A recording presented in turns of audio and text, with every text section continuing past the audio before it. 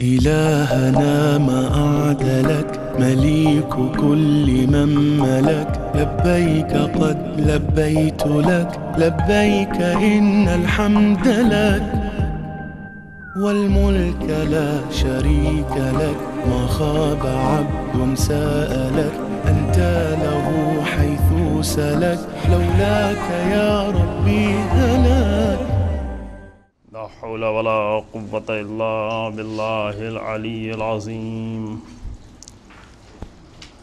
أعوذ بالله من الشيطان اللعين الرجيم. بسم الله الرحمن الرحيم. الحمد لله رب العالمين والصلاة والسلام على سيد الأنبياء والمرسلين خاتم النبيين بالقاسم محمد اللهم صل ثم الصلاة والسلام على أهل بيته الأطيبين الأطهرين المعصومين المظلومين الذين أذهب الله عنهم الرجس وطهرهم تطهيرا.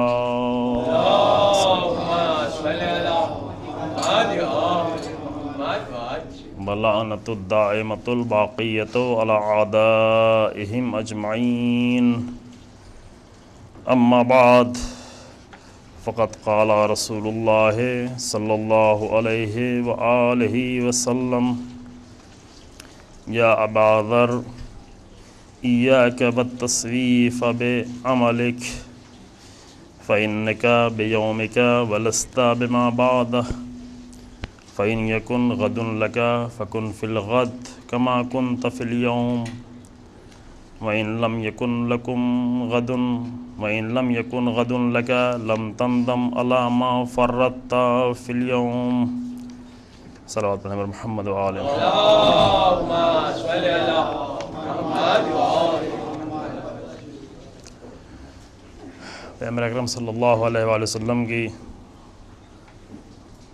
زبان مبارک سے جناب ابو ذر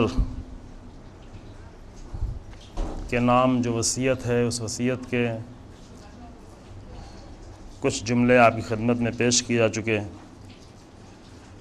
کل جو آپ کے سامنے پیش کیا گیا کہ رسول اللہ نے فرمایا کہ کچھ نعمتیں ہیں جس کے بارے میں انسان اکثر لوگ کثیر من الناس گھاٹا اٹھاتے ہیں، اور گھاٹا اٹھانے کی وجہ یہ ہوتی ہے کہ بڑے سرمایے کو بڑی پونجی کو خرچ کرتے ہیں لیکن اس کے بدلے میں جو لیتے ہیں وہ بہت ہی معمولی چیز ہوتی ہے.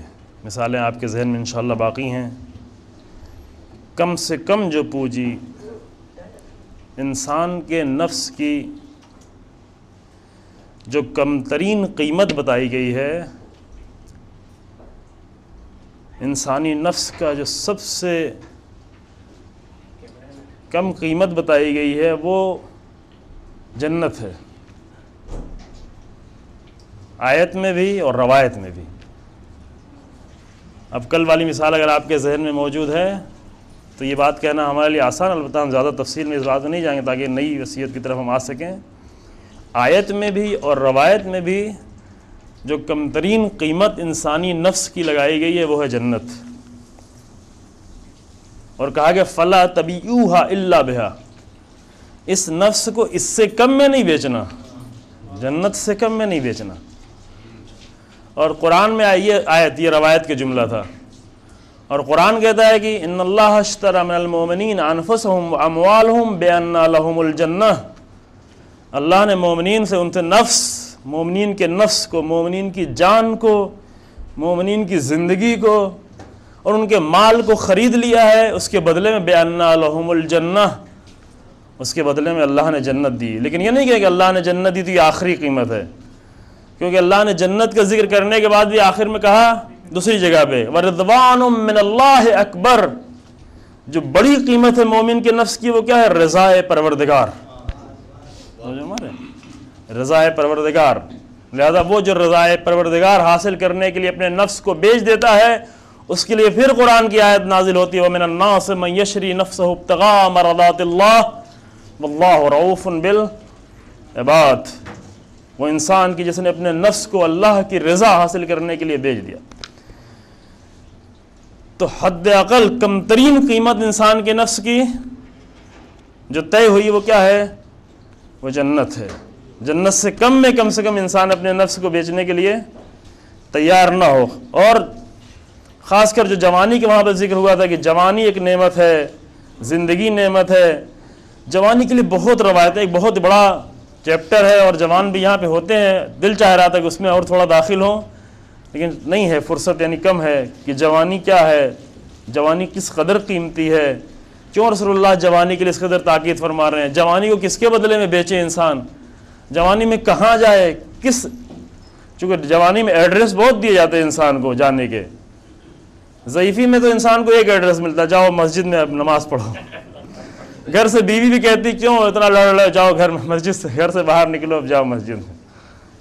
ضعیفی میں مشکل نہیں ہے، لیکن جوانی میں بہت ہی ایڈریس دیے جاتے ہیں، دعوتیں بہت ہوتی ہیں، قدم قدم پر انسان کو ایڈریس دیے جاتے ہیں۔ لیکن جوانی میں رسول اللہ کیا فرماتے ہیں امام صادق علیہ السلام کے جملہ فرماتے ہیں من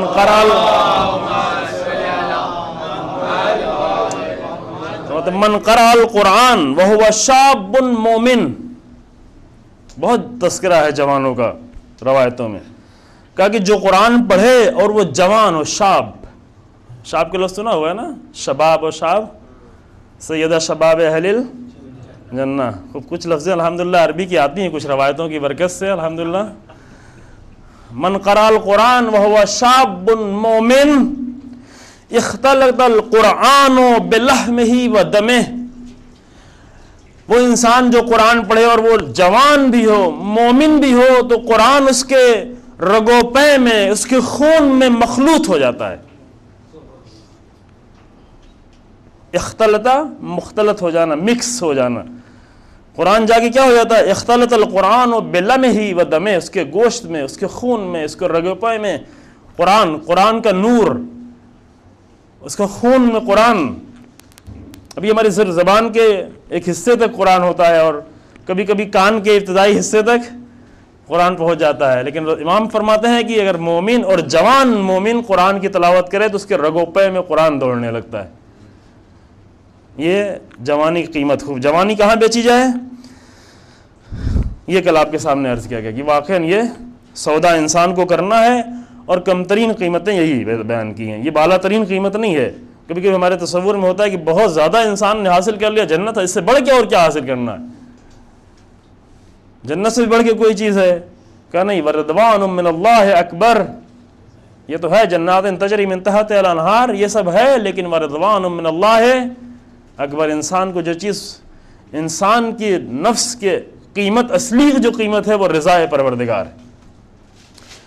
اپنی اس بڑی پونجی کو انسان اس کے بدلے میں بیچے تو اس نے اپنے نفس کا حق ادا کیا ہے۔ آج جو آپ کے سامنے وصیت پیش کی ہے اس کے بعد کی منزل ہے، یہ کل کی گفتگو تھی جو آپ کے سامنے اس کو کامل کرنے کی ارادہ کیا تھا۔ آج کی گفتگو میں پیغمبر اکرم صلی اللہ علیہ وسلم ایک بہت بڑی مشکل کی طرف جناب ابو ذر کو اللہم صلی اللہ علیہ وسلم، ایک بہت بڑی مشکل جو ہر ناکامی کی وجہ ہے، چاہے دنیا کی ناکامی ہو اور چاہے آخرت کی ناکامی ہو، دونوں ناکامی۔ یہ بات آپ کے ذہن میں شروع سے آپ کے بار بار تکرار کی جا رہی ہے کہ اس وصیت میں کہا گیا کہ 2 مرتبہ کہا گیا کہ اگر اس وصیت کو محفوظ کر لو گے، حفظ کر لو گے، تو دنیا میں بھی کامیابی اور آخرت میں بھی کامیابی۔ حفظ کے معنی پہلے یہاں پہ حتماً بتائے جا چکے ہیں کہ حفظ کے معنی میموری میں جا کر حفظ کرنا نہیں ہے، حافظے میں حفظ کرنا نہیں ہے، چونکہ ہر چیز کے حفظ کرنے کی جگہیں الگ الگ ہوا کرتی ہیں۔ انشاءاللہ ہے، یاد ہے ذہن میں انشاءاللہ کہ ہر چیز کو ایک جگہ حفظ نہیں کیا۔ سونے کو اگر حفظ کرنا ہے تو اس کو ذہن میں نہیں حفظ کریں گے، سونے کو لے جا کے کہاں حفظ کریں گے؟ لاکر میں، تاکہ وہاں پر یہ سونا محفوظ رہ جائے، ہے نا۔ اور کوئی دولت ہے، کوئی مال ہے، اس کو کہیں اور جا کے حفظ کریں گے۔ شعر و شاعری اگر حفظ کرنی تو اس کو اگر میموری میں حفظ کرنے چلے گا، کافی ہے، ذہن میں حافظے میں حفظ کرنے کافی، لیکن قرآن حفظ کرنا، قرآن ذہن سے نہیں حفظ ہوتا، قرآن شاعری نہیں ہے. قرآن کے حفظ کرنے کی جگہ انسان کے ذہن نہیں ہے, انسان کی میموری نہیں ہے, بلکہ انسان کی زندگی, انسان کی روح ہے, یعنی انسان کا عمل ہے. انسان اپنے عمل سے قرآن کو حفظ کرتا ہے. روایتیں بھی ایسی ہیں, روایتوں کے حفظ کرنے کی جگہ انسان کا ذہن نہیں ہے. روایتیں شعر جیسی نہیں ہیں, روایتیں امتحان کے میٹیریل جیسے نہیں ہے تو جو جوان لوگ حفظ کرتے ہیں, رٹ لیتے ہیں اور جا کے امتحان دے کے چلے آتے ہیں. روایتوں کی حفظ کرنے کی جگہ انسان کا اپنا وجود ہے, یعنی اپنے عمل سے انسان روایتوں کی حفظ کرتا ہے. جو روایت میں کہا کہ جو 40 حدیثوں کو یاد کر لے تو اس کے لیے یہ ساری برکتیں. 40 حدیث یاد کرنا کون سی بڑی بات ہے؟ یہ بہت ساری حدیثیں جو 2 کلمے کی ہیں. 40 حدیثیں آپ آسانی سے یاد کر سکتے ہیں زبان اور ذہن میں, لیکن اس ذہن میں حفظ کرنے کا کوئی اثر نہیں ہوگا انسان کی زندگی پر. حدیثیں کہاں حفظ ہوتی ہیں؟ لہٰذا آپ دیکھتے ہیں بہت سارے لوگ پورے قرآن کے حافظ ہوتے ہیں, لیکن ان کی زندگی میں قرآن کہیں نہیں نظر آتا سوائے زبان کے. توجہ فرما رہے ہیں؟ انسان پورے قرآن کا حافظ ہو لیکن قرآن زبان کے سوا کہیں بھی نظر نہ آئے, یعنی قرآن کا حافظ نہیں ہے یہ انسان, کیونکہ قرآن کو زبان پہ اور ذہن میں نہیں حفظ کیا جا سکتا. قرآن کو انسان اپنے عمل اور اپنی زندگی میں حفظ کر سکتا ہے, یعنی قرآن کے مطابق عمل. پھر اگر لفظیں بھول بھی جائیں تو کوئی اتنا بڑا عیب نہیں ہے, لفظیں پھر دوبارہ دیکھی جاتی ہیں, دیکھی جا سکتی ہیں, کوئی مشکل نہیں ہے. توجہ فرما رہے ہیں؟ رسول اللہ نے کہا کہ اس کو یاد کرو, اے ابو ذر اس وصیت کو یاد کرو, حفظ کرو. رسول اللہ جناب ابو ذر نے کہاں حفظ کیا اس روایت کو؟ جناب ابو ذر نے اس روایت کو صرف ذہن میں نہیں حفظ کیا تھا, ذہن میں بھی حفظ کیا, اس میں کوئی حرج نہیں. اس لیے اگر کوئی قرآن جا کے حفظ کر رہا ہو تو اچھا کام ہے. پہلی منزل یہی ہے, پڑھے, قرآن کی قرائت کرے, قرآن کی تلاوت کرے, قرآن کو حفظ کرے. ٹھیک ہے, یہ اچھی منزل ہے, یہ منزلیں محترم ہیں اور مبارک ہیں, لیکن بات یہیں پر ختم نہیں ہو جائے. جناب ابو ذر نے صرف اپنے ذہن میں نہیں حفظ کیا تھا, جناب ابو ذر کا جوانی سے لے کر آخری لمحے تک کا کردار یہ بتاتا ہے کہ انہوں نے اپنے عمل میں حفظ کیا تھا, ورنہ انہیں مدینے سے باہر نہیں نکالا جاتا. مدینے سے نکالا جانا یعنی زبان سے, صرف زبان کے حافظ قرآن کے اس وقت بھی بہت تھے, جو مدینے کے بھی دربار میں ہوا کرتے تھے اور شام کے دربار میں بھی ہوا کرتے تھے, لیکن وہ زبانی حافظ تھے, ذہن کے حافظ تھے. لیکن ابو ذر حافظ کچھ اور تھے, قرآن کے بھی حافظ تھے, رسول اللہ کے پیغام کے بھی حافظ تھے, لیکن کہاں؟ اپنے عمل میں, اپنے وجود میں, اپنے کردار میں. تو جناب ابو ذر نے یہ حفظ کیا. یہ وصیت کیا ہے؟ فرمایا کہ یا ابا ذر ایاک والتسویف, اے ابو ذر میں تمہیں ڈراتا ہوں, خبردار. اے ابو ذر بچنا کس سے؟ تسویف سے. تسویف یعنی اگر ہم ترجمہ کریں گے, آپ کو یہ تو کوئی نئی بات نہیں, تو بہت سامنے کی بات ہے, لیکن اس پہ تھوڑا سا غور کرے انسان تو لگتا ہے ہر ناکامی, انسان کی ہر ناکامی میں جو سب سے بڑا کردار ادا کرتی ہے تسویف. تسویف یعنی کیا ہے؟ یعنی ٹال مٹول. ٹال, اس کا اس سے بہتر ترجمہ ہمارے ذہن میں نہیں آیا. یعنی کسی کام کو دیر کرنا تو ہے لیکن دیر, بعد میں بھی ٹائم ہے, ابھی کر لیں گے. سوفا عربی میں کہتے ہیں سوفا یعنی عنقریب کر لیں گے, تھوڑا وقت گزرنے دیں. تسویف یعنی ائمہ علیہ السلام نے, رسول اللہ کی ذات نے ہمیں صرف نماز روزے ہی کا حکم نہیں دیا ہے, ہمارے زندگی کی مشکلات کو اس طریقے سے حل کیا ہے.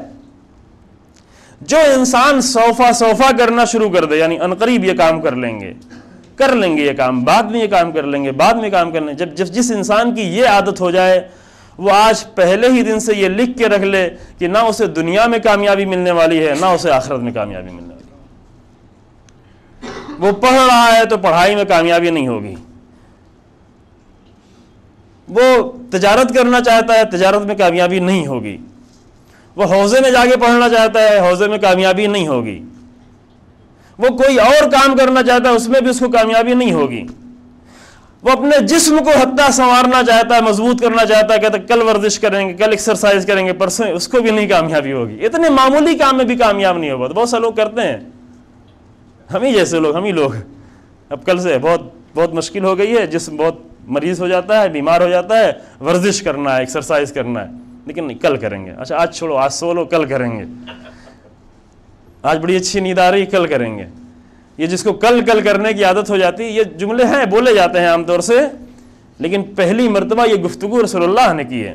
بعض شاعروں سے, کبھی مثلا نہیں معلوم کبیر داس سے اور کس سے, لیکن یہ کلمات اصل میں رسول اللہ کی زبان سے جاری ہوئے ہیں تاکہ انسان کو کامیابی کا راستہ دکھائیں. اور روایات میں تو بہت ہی عجیب جملے ہیں. یہ روایت میں حتیٰ کہ یہاں تک موجود فرمایا کہ اکثر اہل النار المصوفین, یہ عجیب جملہ ہے.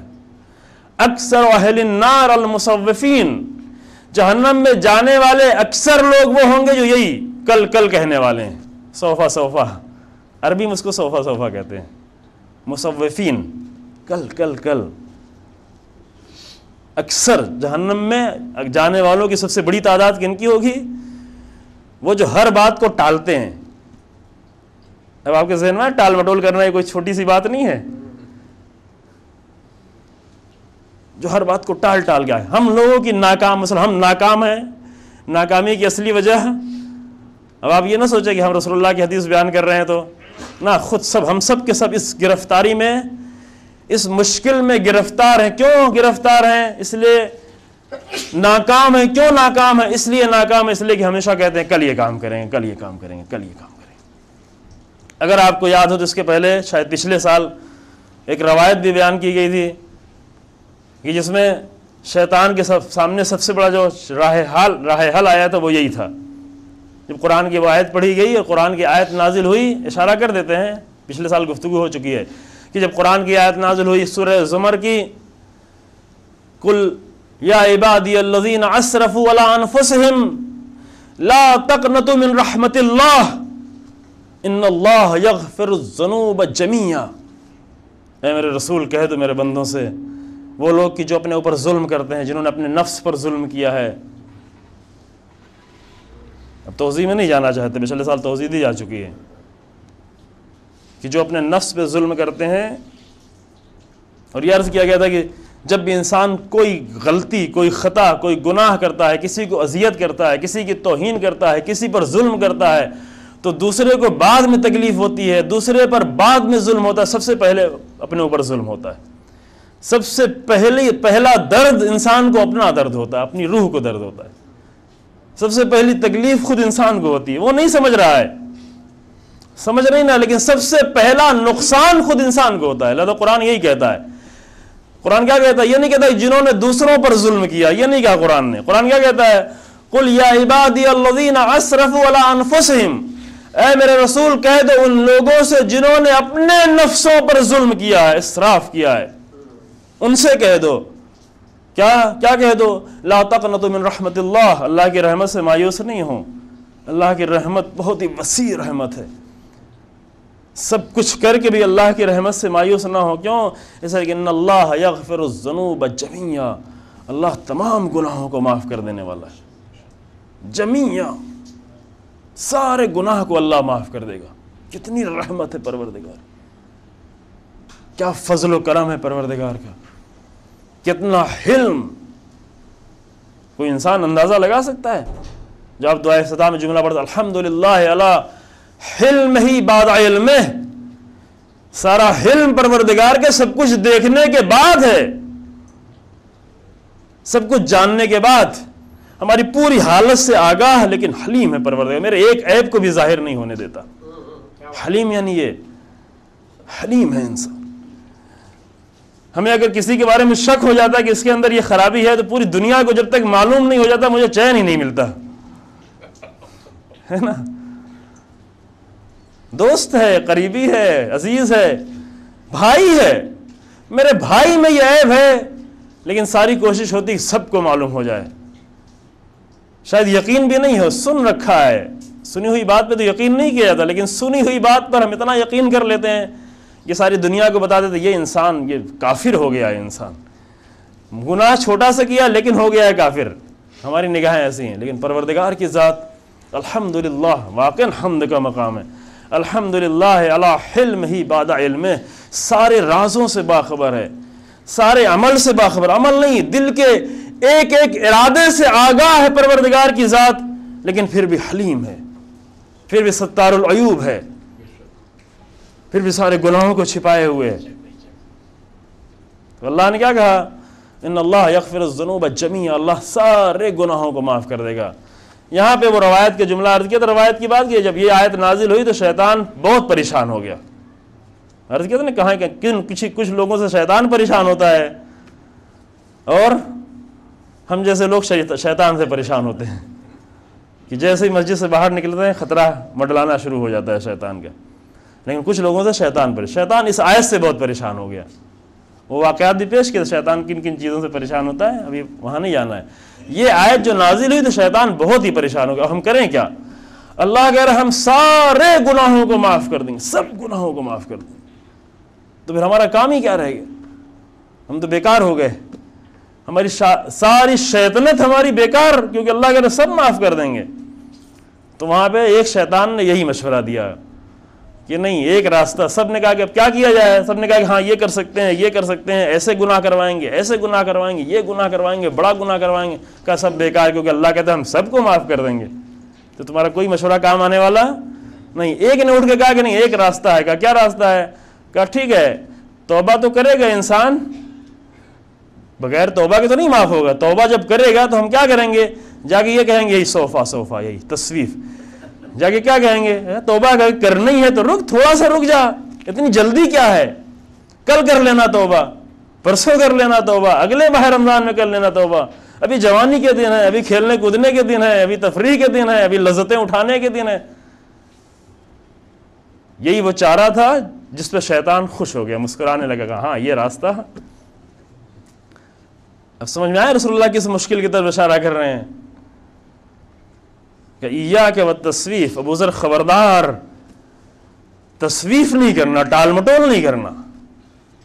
ٹال مٹول کرو گے تو ناکامی ہمیشہ۔ پھر یہ جملہ کہ جو عام طور سے دوسرے زمانوں میں، دوسرے اشعار میں پڑھا جاتا ہے، رسول اللہ نے فرمایا فَإِنَّكَ بِيَوْمِكَ، اے رسول، اے ابو ذر، تمہارے پاس آج بس آج کا دن ہے، اس کے علاوہ کچھ نہیں۔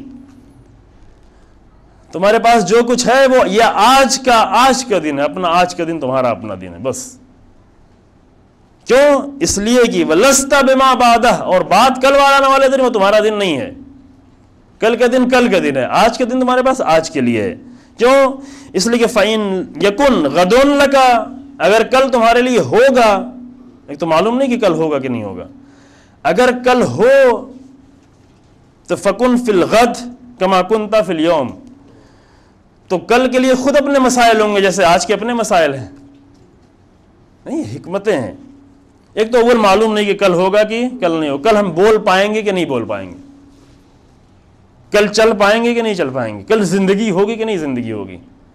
استاد بزرگوار نے قصہ بیان کیا، دیکھا ہوا قصہ، کہ ذاکر آیا ممبر پہ بیٹھا، انہوں نے اپنا قصہ بیان کیا، ایک ذاکر نے خود مجھ سے بیان کیا ہے، یہ ہندوستان کے ایک ذاکر نے خود ہی مجھ سے بیان کیا کہ میرے ساتھ یہ پیش آئے۔ بہت چیختے تھے، بہت چیخنے والے ذاکر تھے وہ، بہت زیادہ چیختے تھے۔ کہا بالکل کوئی آواز ہی نہیں نکل رہی، بالکل ٹھہر گئے۔ اب لوگ لا کے پریشان ہو گئے، لوگ لا کے چائے دے رہے ہیں، لا کے پانی دے رہے ہیں، سب کچھ دے کے تھک گئے۔ بہت دیر بعد، کچھ 7-8 منٹ بعد میں تھوڑا آواز نکلنا شروع ہوئی۔ اور یہاں پر استاد بزرگوار نے لکھا ہے واقعہ کسی ایسی ذاکری کا کہ اگر ممبر پہ آواز ٹھہر گئی، پھر ساری کوشش کر کے اترنا پڑ گیا، آواز نہیں آئی، پھر بعد میں جو ہے تو معلوم نہیں انسان کی آواز کب رک جائے،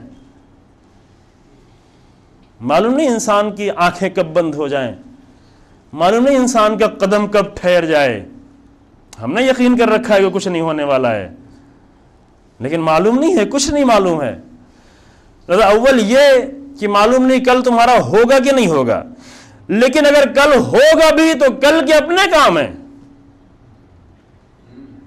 کل تو خالی نہیں آنے والا ہے، کل آج سے کچھ بڑھ کے ہوگا، چونکہ انسان زندگی میں سفر کر رہا ہے، جیسے سفر آگے بڑھے گا کام بڑھتا چلا جائے گا۔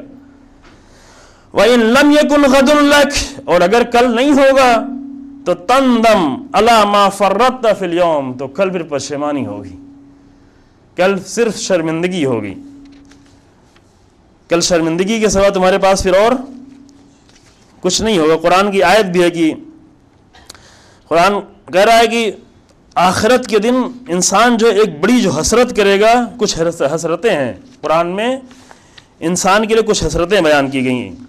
ایک حسرت تو آپ وہی پڑھتے ہیں سورہ یاسین میں, بڑی حسرت ہے, یا حسرتن علی العباد ما یاتیہم من رسول الا کانوا بہ یستہزئون. افسوس ہے انسان پر, حسرت ہے انسان پر کہ جب بھی کوئی رسول ان کے پاس آیا اور جب بھی رسول کی باتیں ان تک آئیں تو انہوں نے مذاق اڑایا صرف رسول کا.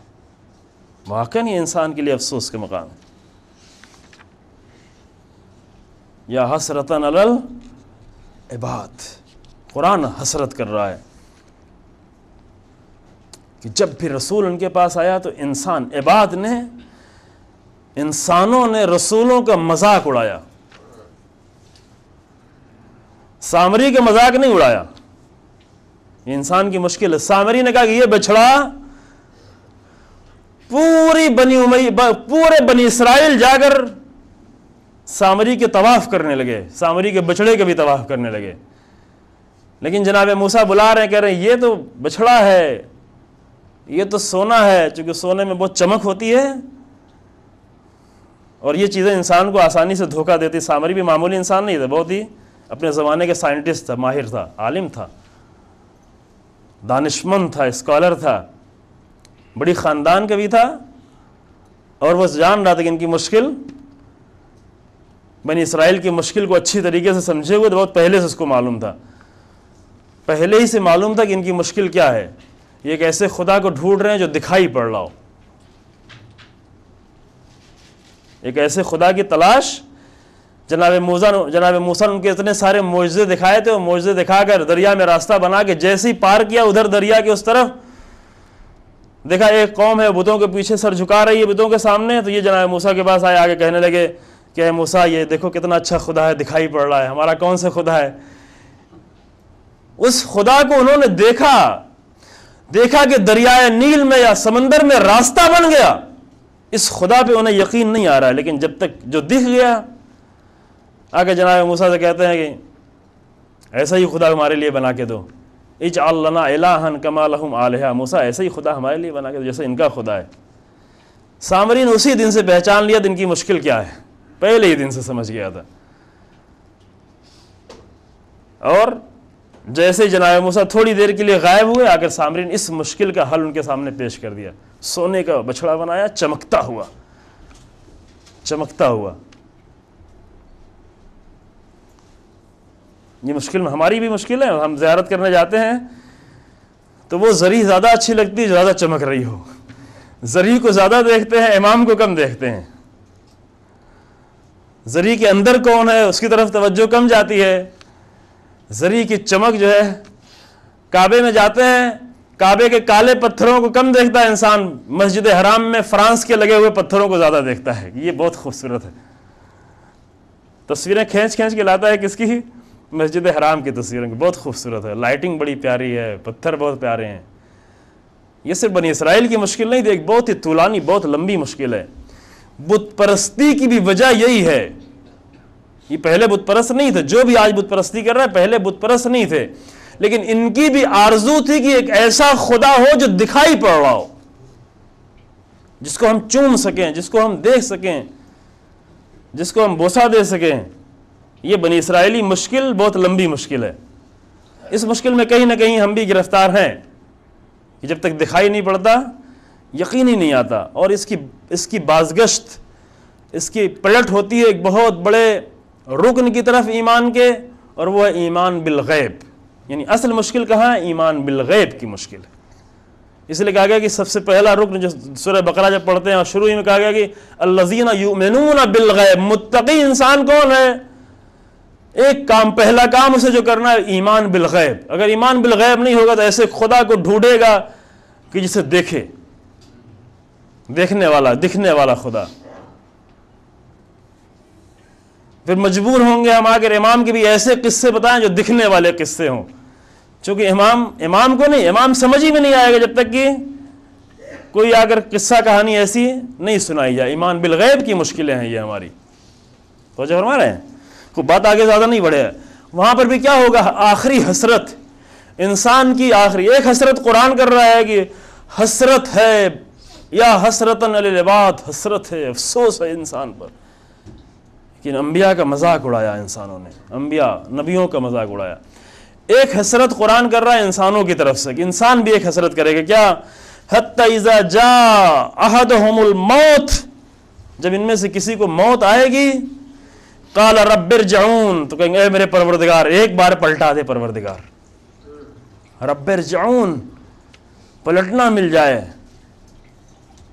پلٹنے کا چانس مل جائے، لعلی اعمل صالحا، کہ شاید ہم نیک عمل کر جائیں۔ ابھی بھی یقین نہیں کر رہا، ابھی بھی یقین سے نہیں کہہ رہا کہ جائیں گے تو عمل کر لیں گے۔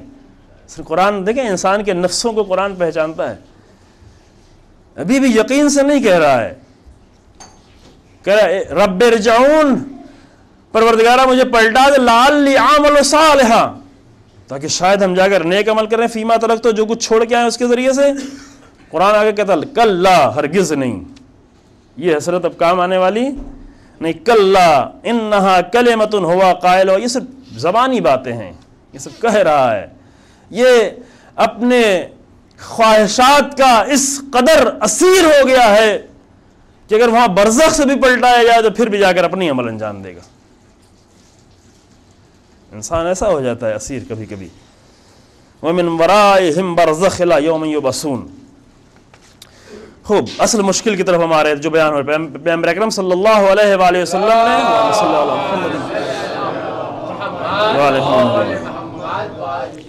کہ اگر آج کا یہ دن تم نے نہیں اپنایا تو کل کا دن تمہیں نہیں ملنے والا ہے، کل کا دن کل کے لیے ہے اور کل کے کاموں کے لیے ہے۔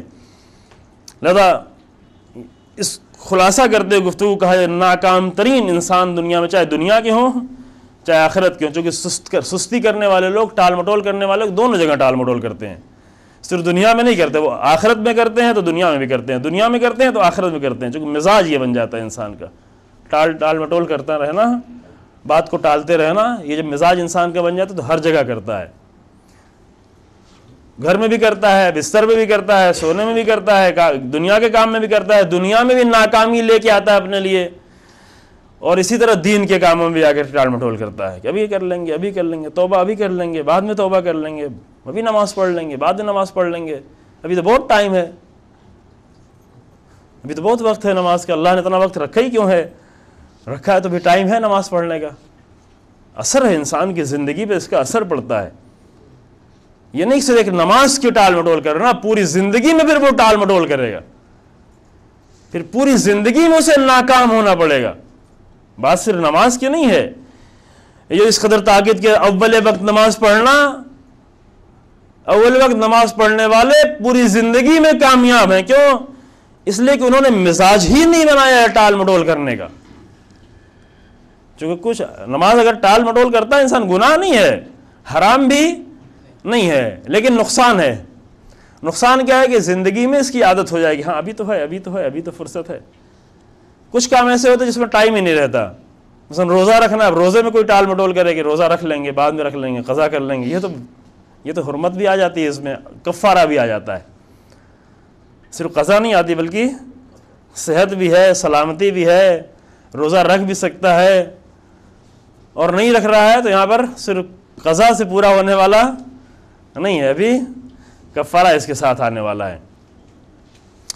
البتہ اس کی وجہ بھی بعض لوگوں کے لیے ہوتی ہے، صرف ارادہ ان کے کمزور ہوتے ہیں، کمزور ارادے کی وجہ سے روزے نہیں رکھ پاتے، روزے سے ڈرتے ہیں کیونکہ کبھی رکھا نہیں ہے۔ رکھ لیں، پہلے دن شاید تھوڑا ڈر لگے، دوسرے دن ڈر لگے، تیسرے دن کے بعد دل چاہتا ہے کہ پھر روزہ ہی رکھیں۔ اب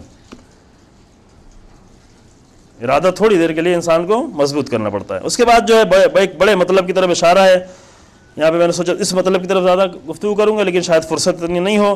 فرمایا یا ابا ذر کم من مستقبل یوما لا یستکملہ ومنتظر غدا لا یبلغہ، کتنے لوگ ایسے ہیں کہ جو دن کا انتظار کر رہے ہوتے ہیں لیکن دن کو کامل نہیں کر پاتے، صبح کو شام کا انتظار کر رہے ہیں لیکن شام تک نہیں پہنچ پاتے، کل کا انتظار کر رہے ہیں لیکن کل تک نہیں پہنچ پاتے۔ یا ابا ذر لو نظرت الی الاجل ومسیرہ لبغضت العمل وغرورہ، اے ابو ذر اگر تم موت کو دیکھتے، جو کل آپ کے سامنے، اگر موت کو دیکھتے اور موت کے راہ کو دیکھتے تو تم جو لمبی لمبی آرزویں کرنے کی عادت ہو گئی اس سے تمہیں نفرت ہو جاتی، لبغضت بغض ہو جاتا، آرزوؤں سے تمہیں نفرت ہو جاتی۔ آرزو میں اور ارادے میں فرق ہے. یہ ذہن میں نہیں آئے کہ آرزو نہ کرے انسان یعنی کیا؟ یعنی کوئی پلاننگ ہی نہیں کرے, کچھ آگے کی سوچے ہی نہیں, کوئی ارادہ ہی نہیں کرے. یہ پہلے عرض کیا جا چکا ہے کہ نہیں, انسان کو بڑے ارادے کرنا ہے, بڑے عزم کرنا ہے, عزم کے اعتبار سے پلاننگ کرنا ہے, کامیابی کی راہ کو دیکھنا ہے, سمجھنا ہے. سارا کام اللہ پہ نہیں چھوڑ دینا ہے کہ استخارہ کر لیں گے بس سارا مسئلہ حل ہے. نہیں, خود بھی کچھ کرنا ہے. تو جو فرمان ہے خود بھی کچھ کر کے انسان کامیابی کے راستے کو طے کرنا ہے, لیکن آرزو نہیں کرنا اے یہ ہو جائے, اے کاش یہ ہو جائے, اے کاش یہ ہو جائے. اور اے کاش کاش آرزو کرتے کرتے چونکہ راستہ تو معلوم نہیں ہے, راستہ نہیں معلوم ہے تو کہاں جائے گا؟ پھر کسی بابا کے پاس جائے گا, کسی آرزو تک پہنچنا ہے انسان کو. آرزو پورا کرنے کے لیے انسان یہاں وہاں بھاگنا شروع کرے گا. جو آرزو عمل کا راستہ نہیں معلوم ہے تو آرزو پورا کرنے کے یہ سارے راستے ہیں. امام علی علیہ الصلوۃ والسلام فرماتے دو چیزوں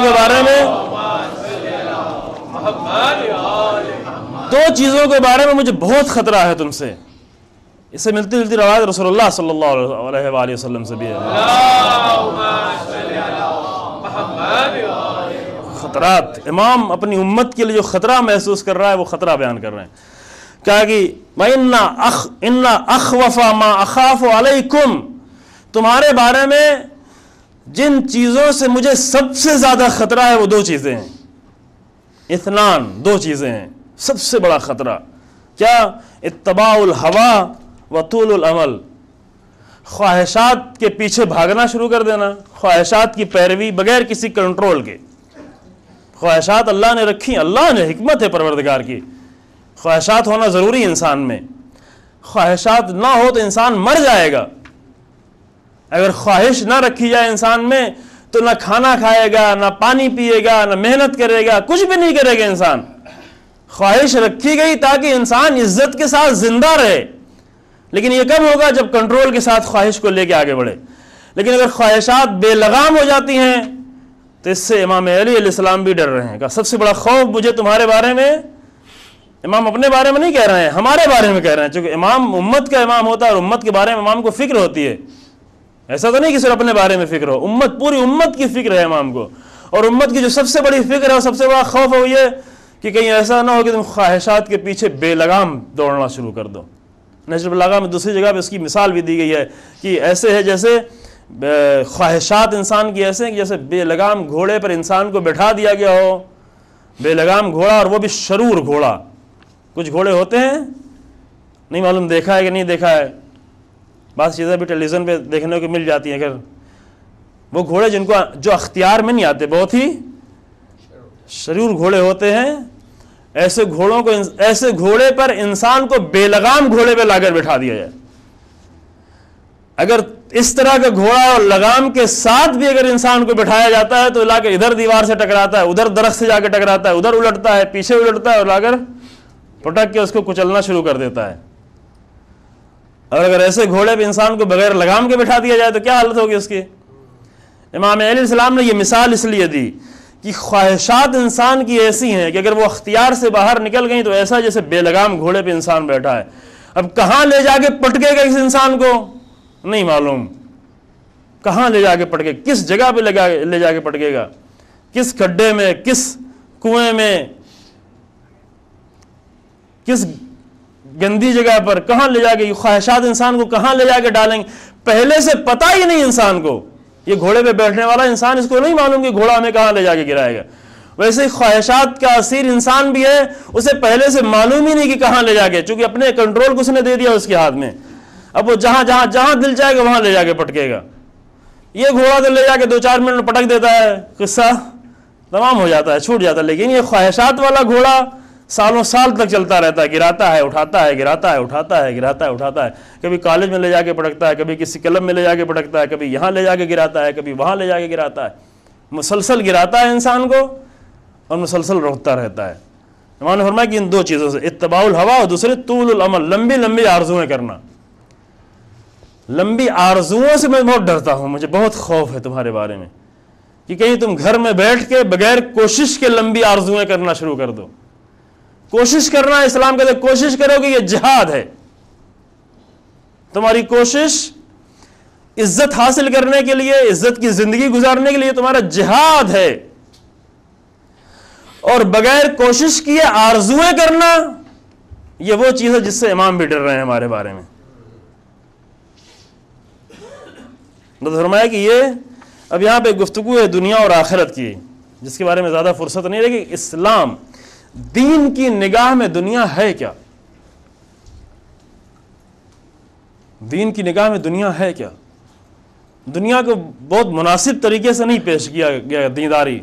دینداروں نے دین کی نگاہ میں دنیا جو اس کو نہیں پیش کیا ہے, صوفیوں کی نگاہ میں جو دنیا اس کو پیش کیا گیا ہے. ایک ہماری بڑی مشکل یہ ہے کہ تصوف کی نگاہ سے دنیا کو پیش کیا گیا, دین کی نگاہ سے دنیا کو نہیں پیش کیا گیا ہے. صوفیت کی صوفی سمجھ رہے ہیں نا, اور اس کی وجہ بھی ایک یہ ہے کہ اصل ہندوستان میں جو دین پھیلا ہے اسلام اس صوفیوں کے ذریعے سے پھیلا ہے. خدمت اچھی انجام دی ہے لیکن اپنی ساری چیزیں اس میں مکس کر کے انہوں نے انجام دیا ہے. بزرگ ہوا کرتے تھے, بزرگوار ہوا کرتے تھے, محترم ہوا کرتے تھے, پاکیزہ ہوا کرتے تھے, لیکن دین کو اچھے طریقے سے سمجھے ہوئے لوگ نہیں تھے. اور ہند و پاک میں جو دین پھیلا ہے, اگر آپ پوری تاریخ اٹھا کے پڑھیں اسلام کی, تو زیادہ تر جو دین پھیلا ہے عارفوں کے ذریعے سے نہیں, علماء کے ذریعے سے نہیں, صوفیوں کے ذریعے سے دین پھیلا ہے. بڑی خدمت انہوں نے انجام دی لیکن مشکلات کے ساتھ. لہذا دین کی نگاہ میں جو ہمارا تصور ہے دنیا کے بارے میں وہ دینی تصور نہیں ہے, وہ صوفیزم کا تصور ہے. صوفیزم کیا کہتی ہے؟ صوفیزم وہی کچھ کہتی ہے جو ہم کر رہے ہیں. دین کے نام پر دنیا کو چھوڑے ہوئے لوگ, دنیا میں تباہی, دنیا میں ذلت, دنیا میں پسماندگی, دنیا میں ہر ایک سے حقیر بن کے رہنا, دنیا میں ہر ایک کے سامنے ہاتھ پھیلانا, دنیا میں قناعت کے نام پر گھر بیٹھ جانا. قناعت کے معنی ہم نے عجیب کیے ہیں. قناعت یہ نہیں ہے کہ کچھ نہ کرے انسان, قناعت کا تصور یہ نہیں ہے کہ کچھ نہ کرے انسان.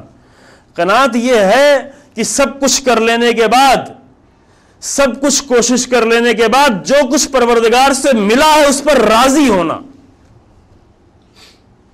کوشش میں کمی کا نام قناعت نہیں ہے. ابھی ہم نے قناعت کے معنی یہ کیا کہ بس ٹھیک ہے 2 پیسہ مل جا رہا ہے مسجد سے, یہاں سے وہاں سے, ٹھیک ہے. قانے ہیں ہندوستان کے لوگ, بہت قانے ہیں. دوسرے لوگوں کی مشکل ہے کہ ان کی آرزویں بہت ہیں, ہماری مشکل ہے کہ ہم انتہا سے زیادہ قانے ہیں. بہت ہی قناعت ہمارے اندر ہے. اور قناعت بھی کون سی؟ اسلامی قناعت نہیں, صوفیوں والی قناعت کہ کوئی جا کے 2 روٹی دے کے چلا جائے گا, کھا لیں گے, بیٹھیں کیا کرنا ہے. یہ قناعت نہیں ہے اسلام. یہ اسلام, اس سے بدنام ہو جاتا ہے اسلام. تو یہ ایک الگ گفتگو ہے, بڑی گفتگو ہے, شاید ابھی فرصت نہیں ہو پائے گی چونکہ آج بہرحال شب وفات ہے, مصائب بھی پڑھنا ہے. قناعت اس سے نہیں کہتے. اسلام دین کی نگاہ میں دنیا متجر کائنات ہے. اصل تعبیریں بہت ہی عجیب, بہت ہی خوبصورت تعبیریں ہیں. دنیا تجارت کی جگہ, دنیا کامیابی کی جگہ, دنیا زراعت کی جگہ, مزرعہ آخرت ہے یہ دنیا. اور اس سے بھی بہت ساری تعبیریں جو دین کے بارے میں. البتہ ہاں زندان بھی کہا گیا, لیکن زندان کس معنی میں اس کی بھی الگ توضیح کی ضرورت ہے. زندان اس معنی میں دنیا ہے کہ اصل میں انسان کا جو مقام ہے, توجہ فرما رہے ہیں, اصل میں جو انسانی روح کا مقام ہے جو پرواز کرنا چاہتی ہے, اس اعتبار سے یہ دنیا بہت تنگ ہے. یہ دنیا کے جو بکھیڑے ہیں انسانی روح کے اعتبار سے بہت تنگ ہے. پوری دنیا اگر ایک انسان کو سلیمان کی حکومت بھی مل جائے پھر بھی تنگ ہے یہ دنیا, چونکہ انسان اس سے بھی کہیں بڑا ہے. توجہ فرما رہے ہیں, انسان اس سے بھی کہیں عظیم ہے. روایت میں جملہ ہے کہ من علم و عمل, من علم و علم و عمل للہ دعی فی ملکوت السماوات عظیم. اگر انسان پڑھے, سیکھے, سکھائے اور اس کے مطابق عمل کرے تو آسمانوں میں فرشتوں کے درمیان اسے عظیم کہہ کر بلایا جاتا ہے. عظیم ہے یہ انسان. لہذا انسان کی روح اصل میں پرواز کرنے کے لیے ہے. انسان کی روح زمین میں چپکنے کے لیے نہیں ہے. انسان پرواز کرنے والا انسان. انسان کی دنیا بہت ہی وسیع. اس اعتبار سے اگر دیکھیں تو یہ دنیا واقعاً زندان ہے انسان کے لیے. اس کی مثال دیں تو زیادہ بہتر ہے. مثلا ایک انسان اس کے کسی شہر میں بہت بڑا گھر ہو, بہت بڑی بستی ہو, اس کے اپنے باغ و باغات ہوں, اس کو لے آ کر یہاں کے بامبے میں کسی کون سے علاقے ہیں, گونڈی یا کرلا نہیں معلوم کہاں, کسی ایک کھولی میں ہے, کسی ایک چھوٹی سی جگہ میں جہاں انسان پورا پیر بھی نہیں پھیلا سکتا, وہاں پر اس کو لا کر رکھ دیا جائے. تو یہ انسان جو یہاں ہمیشہ رہتا ہے وہ جا کے اپنے گاؤں میں فخر کرتا ہے میرے پاس بامبے میں کھولی ہے. واقعاً کرتے ہیں, اس کے لیے بہت بڑی چیز ہے. بامبے میں میرے پاس کیا ہے, کھولی ہے. واقعاً جا کے گاؤں میں دیہات میں کہ میرے پاس ہے, اپنی پراپرٹی ہے. لیکن اس کے بعد جس کے پاس 1000 اسکوائر میٹر کا مکان ہو اور باغ و باغات ہوں, اس کو لا کر یہاں پہ رکھ دیا جائے, اس کے لیے یہ کیا ہے, یہ بہت بڑا زندان ہے. تو انسانوں کے اعتبار سے زندان ہوا کرتا ہے وہ انسان جس کا مقام بہت بلند ہے, جس کے لیے جنتیں قربان ہونا چاہتی ہیں. ابھی روایت آ رہی, وہ اس بی بی کا تذکرہ ہونا جس کے لیے روایت میں کہا گیا کہ جنت آرزو کرتی ہے جناب خدیجہ کے لیے. اشتاقت الجنہ الی 4 من النساء, 4 خواتین ایسی جن کے لیے جنت مشتاق ہے. تو جن کے لیے جنتیں مشتاق ہیں ان کے لیے دنیا واقعاً کتنی بھی بڑی دنیا ہو جائے یہ زندان ہے. یہ دنیا اس کے مقابلے میں زندان ہے. روایت جملہ بھی یہ میں نے خود دیکھا نہیں ہے, کسی بہرحال عالم سے سنا ہوا یہ جملہ ہے, خود ابھی تک دیکھ نہیں پائے اس لیے بیان کر دے رہے ہیں, یقین کے ساتھ نہیں بیان کر رہے ہیں. لیکن بات اچھی اس لیے کہ امام حسن علیہ السلام کے پاس ایک شخص آیا. دیکھا امام حسن علیہ السلام, دیکھا کہ امام حسن علیہ السلام ایک بہت ہی شاندار گھوڑے پر, سفید گھوڑے پر بیٹھ کے جا رہے ہیں. یہودی نے دیکھا, کہا کہ آپ فرزند رسول ہیں, آپ فرزند رسول ہیں. رسول اللہ نے فرمایا کہ آپ کے رسول نے, آپ کے نانا نے فرمایا کہ دنیا زندان ہے. اب اس زمانے میں شاندار گھوڑا ہونا یعنی کیا, آج کی کوئی بہت ہی لگژری قسم کی اچھی گاڑی جو ہمارے ہیں, ایسے گھوڑے پہ بیٹھے ہوئے چلے جا رہے ہیں. کہا کہ اور میری حالت دیکھو, وہ یہودی جو پھٹا پرانا کپڑا پہنے ہوئے وہ سیدھا کہ رسول آپ کے نانا نے فرمایا کہ دنیا مومنوں کے لیے زندان ہے اور کافروں کے لیے دنیا, غیروں کے لیے, غیر مومن کے لیے جنت ہے. اب بتائیں آپ مومن ہیں کہ ہم؟ کبھی کبھی ہم اس سے نتیجہ نکالتے ہیں, کبھی کبھی ہم بھی یہی سوچ رہے ہوتے یہودی والی فکر سے. یہودی یہ ثابت کرنا چاہ رہے دیکھو میرے پھٹے پرانے کپڑے بس میں مومن ہوں, آپ کے نانا کے کہنے کے مطابق میں مومن ہوں, اور آپ تو اتنی بہترین گاڑی میں سوار ہو کے جا رہے ہیں, آپ کی کیا حال ہے؟ تو امام نے اس کے جواب میں یہی فرمایا کہ جو چیز میرا انتظار, جو دنیا میرا انتظار کر رہی ہے, اس کے مقابلے میں یہ سب کچھ ہوتے ہوئے بھی میرے لیے زندان ہی ہے, اور جو کچھ تیرا انتظار وہاں پہ ہو رہا ہے اس کے مقابلے میں یہی تیرے لیے جنت ہے. تجھے بھی تو کہیں جانا ہے, وہاں کے مقابلے میں تو یہی, اسی پھٹے پرانے لباس میں بھی تو بھوکا بھی ہے, پھر بھی جنت میں ہے, جو خبر نہیں ادھر کہاں جانے والا ہے. اور جو میرا انتظار جہاں جہاں ہو رہا ہے اس کے مقابلے میں جو کچھ بھی یہ مل جائے سب کے سب میرے لیے زندان ہی ہے. تو زندان کے صحیح مطلب بھی, صحیح مطلب دنیا کے بارے میں صحیح تصور ہونا چاہیے. صوفی والا تصور نہیں ہونا چاہیے, رسول اللہ والا تصور ہونا چاہیے. صوفیوں نے کہا کہ چھوڑو سب کچھ, جاؤ مسجدوں میں بیٹھو, جاؤ عبادتیں کرو. رسول اللہ کے پاس بھی آتے تھے, رسول اللہ کے زمانے میں یہ سب کچھ کرنا شروع کر دیا. آیتیں آتی تھی, ایک آیت کو سن کے دیکھیں, میں نے پہلے عرض کیا کہ ایک آیت سے جو دین لیا جاتا ہے تو یہی مشکل ہوتی ہے. آیت نازل ہوئی دنیا کو چھوڑو, دنیا ترک کرو, دوسری آیتوں کو انہوں نے نہیں دیکھا, دوسری آیتیں کہہ رہی دنیا میں سے اپنا حصہ لے لو, خذ نصیبک من الدنیا, اپنے دنیا کے اپنے نصیب کو تم نہیں چھوڑو, دنیا میں تمہارا نصیب ہے, یہ اللہ کی نعمتیں ہیں. یہ اگر ایک آیت سے دین لے گا تو یہی حال ہوگا. تو بہت سارے لوگ, آیت نازل ہوئی دنیا کے بارے میں کہ دنیا یہ ہے, دنیا شر ہے, دنیا فتنہ ہے, لوگوں نے دنیا چھوڑ کے جا کر اپنے بیوی بچوں سب کو چھوڑ کر عبادت کرنا. رسول اللہ نے سب کو بلایا اور کہا کہ میں خود تمہارا رسول, میں شادی بھی کر رہا ہوں, میں کام بھی کر رہا ہوں, میں کوشش بھی کر رہا ہوں, میں بازار میں بھی جا رہا ہوں, تم مجھے نہیں دیکھ رہے ہو.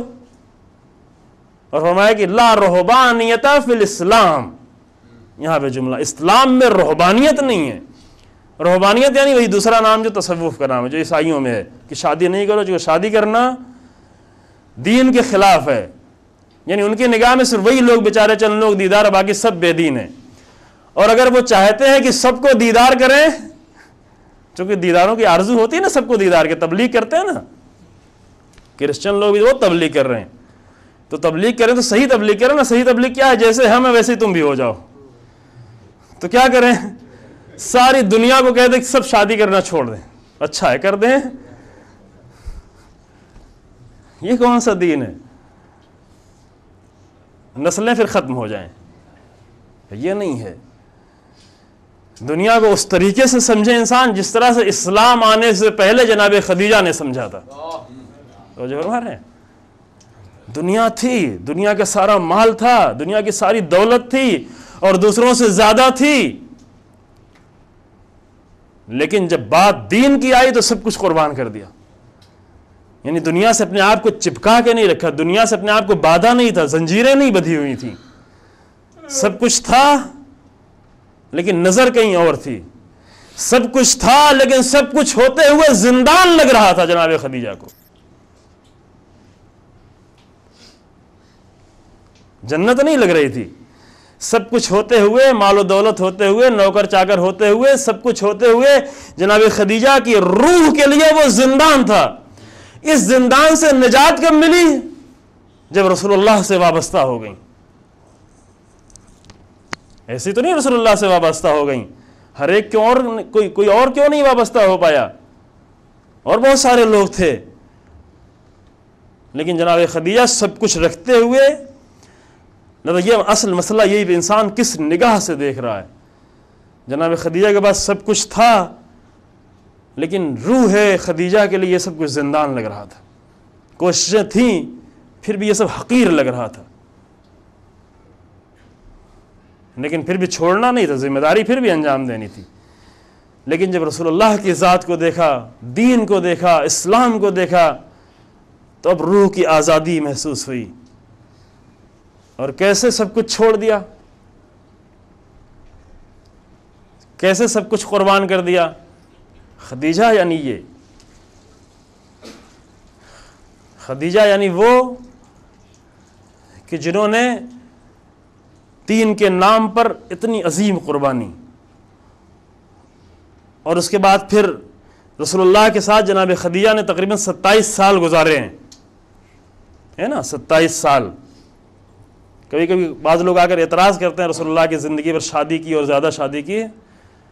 رسول اللہ نے جو مشہور روایت کے مطابق رسول اللہ نے 25 سال کی عمر میں 40 سال کی خاتون سے شادی کی. اگرچہ بعض لوگ کہتے ہیں کہ جناب خدیجہ کی عمر کم تھی اور، لیکن اگر 40 ہی سال تھی تو 25 سال کی عمر میں 40 سال کی خاتون سے شادی، اور 27 سال رسول اللہ نے ایسے ہی گزارے.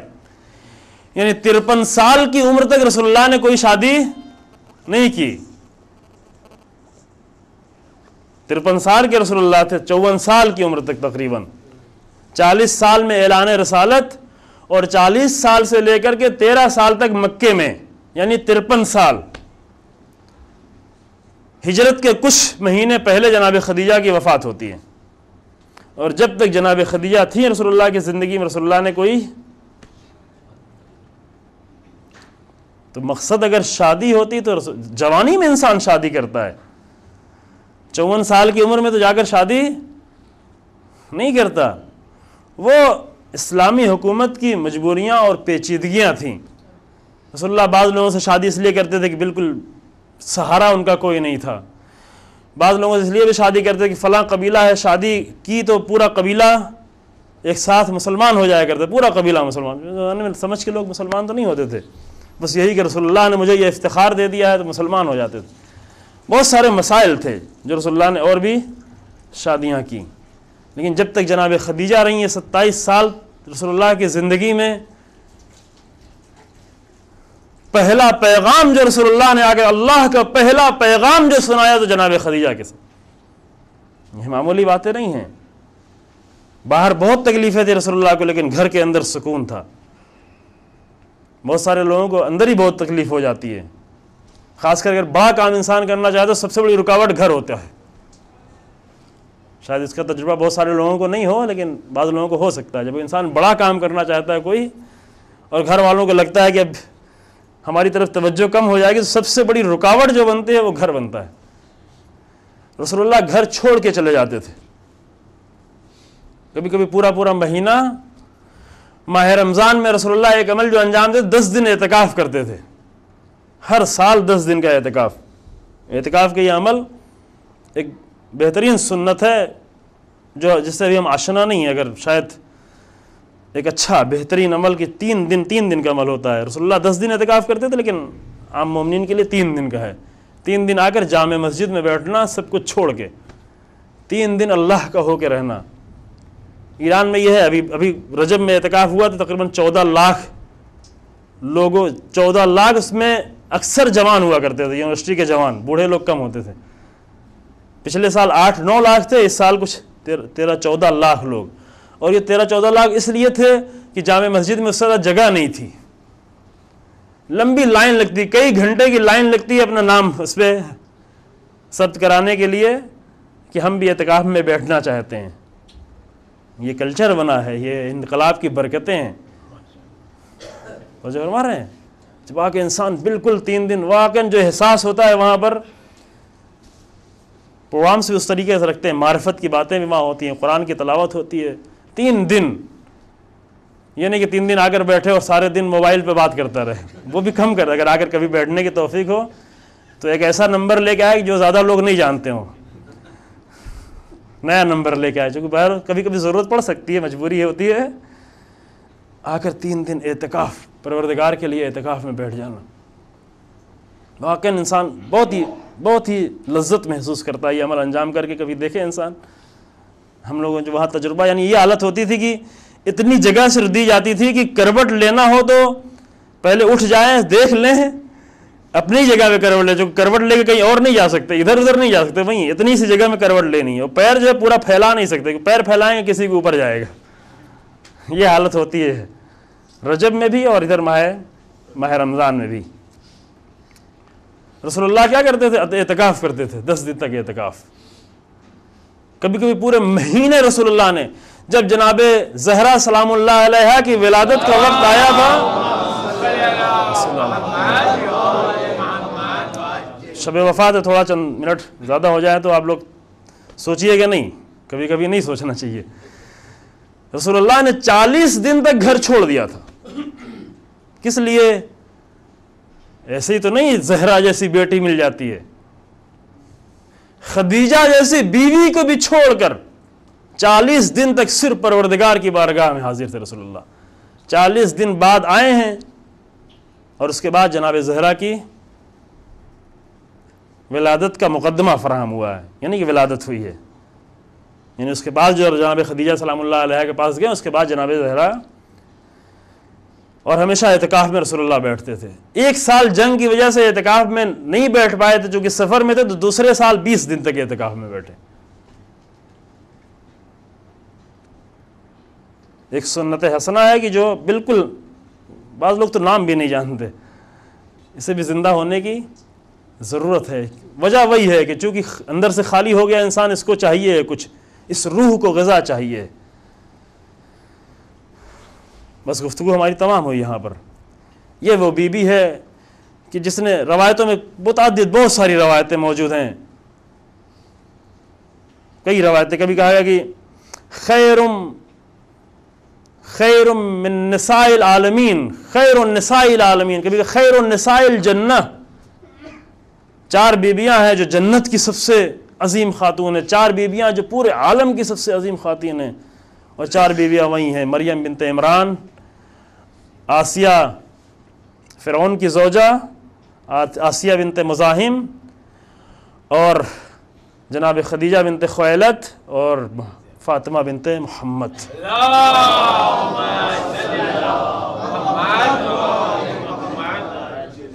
اور جو روایت دوسرے آپ کے سامنے سنیں گے, اشتاقت الجنت الی 4 من النساء, جنت مشتاق ہے, ان 4 بیویوں کی مشتاق ہے جنت. کیوں؟ اس لیے کہ کردار ایسا پیش کیا ہے, اور سارے کردار کے ساتھ ساتھ ان 4 بیویوں میں ایک جو مشترک کردار ہے, جو چاروں بیویوں نے ایک انجام دیا ہے, وہ ہے کسی حجت خدا کی حفاظت. کسی حجت خدا کے لیے اپنی قربانی دینا. جناب مریم نے جناب آسیہ کے لیے قربانی دی. ایک وقت وہ آیا تھا جناب مریم کے لیے کہ دعا کر رہی تھی پروردگارہ یہ میری کیا حالت ہے, میں اس بچے کو لے کے کیسے جاؤں ان لوگوں کے درمیان میں, اے کاش کہ آج میں زندہ نہ ہوتی, اے کاش کی منسیہ ہوتی, لوگ مجھے بھول گئے ہوتے خط. لیکن نہیں, لے کے آئیں. اللہ نے کہا کہ جاؤ, روزہ رکھ کے جاؤ, بولنے کا روزہ رکھ کے جاؤ, اور آئیں. کسی نہ کسی حجت خدا سے ان کا رابطہ ہے. جناب مریم, جناب آسیہ جو فرعون کی بیوی ہیں, لیکن فرعون کی بیوی ہوتے ہوئے بھی وہ موسیٰ کی حفاظت کر رہی ہیں. یہ مقام اس طرح سے نہیں ملتا ہے. دعائیں ہیں جناب آسیہ کی زبان سے قرآن میں آیتیں ہیں. فرعون کی بیوی کی زبانی قرآن میں آیتیں ہیں. اور جناب خدیجہ سلام اللہ علیہ نے رسول اللہ کی وہ حمایت کی ہے اس بیوی کی, کہ جب بعد میں کسی زوجہ نے جناب خدیجہ کے لیے کہ وہ کیا بوڑھی بیوی کا بار بار ذکر کرتے ہیں آپ, تو رسول اللہ کی پیشانی پہ بل ہو گئی, اس قدر غصہ ہوئے. کیا تمہیں نہیں معلوم اس وقت خدیجہ ہم پر ایمان لائی جب کوئی ہم پر ایمان لانے والا نہیں, اس وقت خدیجہ نے ہماری حمایت کی جب کوئی میرا حمایت کرنے والا نہیں تھا. تم کیا جانو کہ خدیجہ کیا ہے.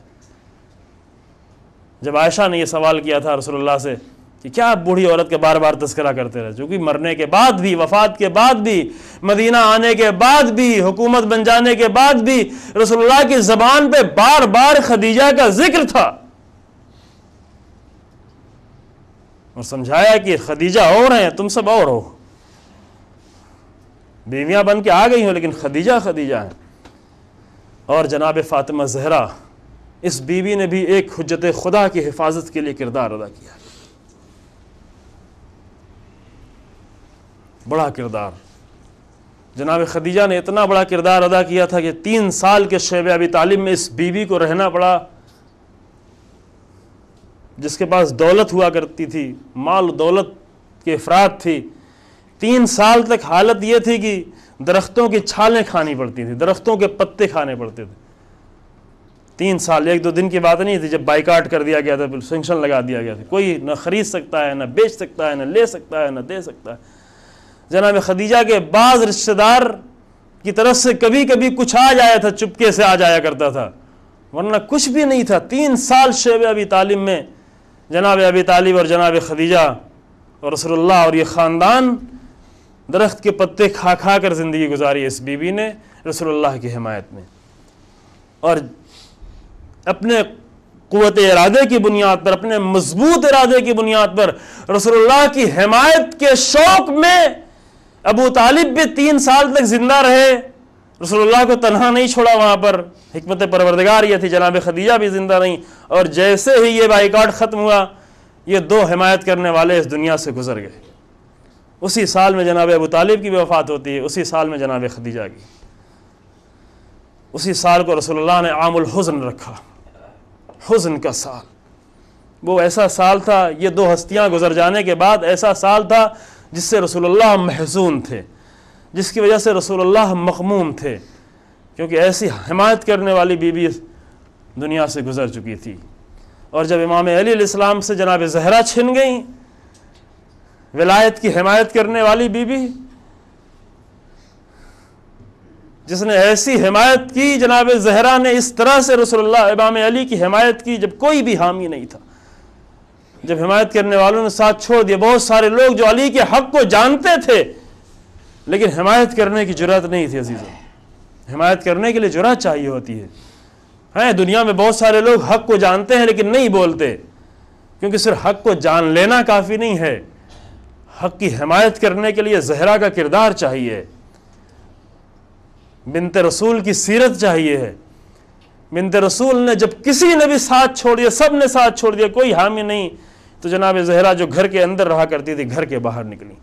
صرف گھر کے اندر سے حمایت نہیں کی, گھر سے باہر جا کے حمایت کی. رات کی تاریکی میں امام علی علیہ السلام جناب زہرا کو سوار کرتے, چونکہ علی خود نہیں بول سکتے تھے, وہ علی جو ہمیشہ بولتے تھے, وہ علی جن کا ہاتھ چلتا تھا, جن کی زبان چلتی تھی, وہ علی جو 4 سال تک بولے تو نہج البلاغہ بنی, وہ علی مجبور سے نہیں بول سکتے تھے, لہذا جناب زہرا کو ساتھ میں لے کے آتے. جناب زہرا ایک ایک دروازے پہ جا کر دخل باب کرتی تھیں, کیا تم بھول گئے, کیا تم غدیر کو بھول گئے, اور اس حمایت کا نتیجہ یہ بیوی کو پہلے ہی سے معلوم تھا. اگر علی ابن ابی طالب کی حمایت کی جائے گی تو نتیجہ کیا ہوگا؟ یہ ہر حق کی حمایت کرنے والوں کو پہلے سے معلوم ہونا چاہیے کہ حق کی حمایت کی جائے گی تو نتیجہ یہی ہوگا. جو جناب زہرا کو پہلے سے معلوم تھا حق کی حمایت، علی کی حمایت کریں گے تو پسلیاں ٹوٹیں گی، علی کی حمایت کریں گے تو میرے بچے کی شہادت ہو جائے گی، علی کی حمایت کریں گے تو میری زندگی کا خاتمہ ہو جائے گا. اور علی کی حمایت کرنے میں شاید علی کو بھی تنہا چھوڑ کے جانا پڑ جائے، کیونکہ جناب زہرا کو اپنے شہادت کا غم نہیں ہے، اپنے بچے کا بھی غم نہیں ہے، اپنی پسلیاں ٹوٹنے کا بھی غم نہیں ہے، لیکن ایک غم ضرور ہے کہ میرے بعد علی تنہا ہو جائیں گے، میرے بعد علی بالکل تنہا ہو جائیں گے. یہ حامی علی، حامی ولایت بی بی نے اپنے آخری لمحے تک، آخری خون کے قطرے تک، اپنی زندگی تک، زندگی ہی تک نہیں، اپنی موت کے ذریعے سے بھی، اپنی موت کے ذریعے سے، اپنی قبر کے ذریعے سے، اپنی وصیتوں کے ذریعے سے، سب کے ذریعے سے علی کی حمایت کی ہے. کہا کہ میری قبر کسی کو معلوم نہیں ہونے پائی، یہ بھی علی کی حمایت میں ہے. بہت سارے لوگ حق تک پلٹتے ہیں اس وجہ سے کہ ان کو یہ سوچنے کا موقع مل جاتا ہے کہ کیوں بنت رسول کی قبر معلوم نہیں ہے. کچھ تو بات تھی، کچھ تو چھپایا گیا ہم سے کہ زہرا کی قبر چھپی ہوئی ہے. ہر عمل سے علی ابن ابی طالب کی حمایت کی بیوی. ہاں جب ایسی بیوی اس دنیا سے گزر گئی اور علی تنہا ہو گئے، بس یہ مصائب تمام ہوا. جب علی تنہا ہو گئے، وہ بیوی کی جس کو نہیں کوئی غم نہیں تھا، وہ بیوی جس کی پسلیاں ٹوٹی ہوئی تھی، ٹوٹی ہوئی پسلیوں کے ساتھ 2 مہینے تقریباً گزار دیے اور علی کو خبر نہ ہونے دی. یہ ہے زہرا. علی ابن ابی طالب کو خبر نہیں ہونے دی. یہ تو بعد میں معلوم ہوا جب علی کی چیخ، علی کی فریاد بلند ہوئی اور پوچھنے والے نے پوچھا، اے علی آپ روئے اس طریقے سے؟ آپ نے اتنی بلند فریاد بلند کی، آپ نے اتنے زخم کھائے تھے جنگوں میں، آپ کے پیروں سے تیر نکالا گیا تھا، لیکن علی کی زبان پہ، علی کے ذہن میں کچھ بھی نہیں آیا تھا. آج علی کی فریاد بلند ہوئی. کہا تمہیں نہیں معلوم زہرا کی پسلیاں ٹوٹی ہوئی تھی لیکن مجھے بھی خبر نہ ہو. ایسی بیوی کو جب لے کے چلے دفن کرنے کے لیے، سب کو رخصت کر دیا اور سب کو رخصت کرنے کے بعد تنہا زہرا کی قبر پہ بیٹھ گئے اور رسول اللہ کے روضے کی طرف رخ کیا. آواز دی، السلام علیک یا رسول اللہ، انی وان ابنتک نازلت الیک. اے رسول میری طرف سے بھی سلام ہے. آج اس کے پہلے ہم آ کر اپنی طرف سے سلام کرتے تھے، آپ کی بیٹی آ کر خود سلام کرتی تھی، لیکن آج ہم دونوں کی طرف سے سلام ہو. السریۃ اللحاق بک، اے رسول یہ وہ بیٹی ہے جو بہت جلدی آپ سے جا کر ملحق ہو گئی، جس نے بہت جلدی میرا ساتھ چھوڑ دیا. یا رسول اللہ فاستخبرها الحال فاحفظ السوال واستخبرها الحال. اے رسول آپ خود ہی اپنی بیٹی سے پوچھئے گا کہ اس امت نے میرے ساتھ کیا کیا ہے. شاید امام جانتے ہیں کہ اگر رسول زہرا سے نہیں پوچھیں گے تو زہرا نہیں بتائیں گی. کیوں؟ اس لیے کہ زہرا اتنے بڑے زخم کو چھپائے ہوئے تھی، لیکن اس بی بی نے مجھے نہ بتایا کہ کیا ہوا. انا للہ و انا الیہ راجعون.